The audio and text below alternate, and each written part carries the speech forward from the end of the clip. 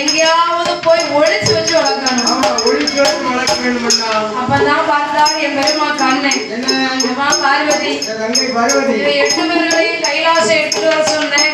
கஷ்டப்பட்டு கொண்டு வந்தேன். இப்ப 8 பேர்களையும் எங்கேயாவது கொண்டு போய் வளர்க்கணும்னு சொல்றீங்க. பச்சை பிள்ளை முகத்தை பார்த்தியா? முகம்.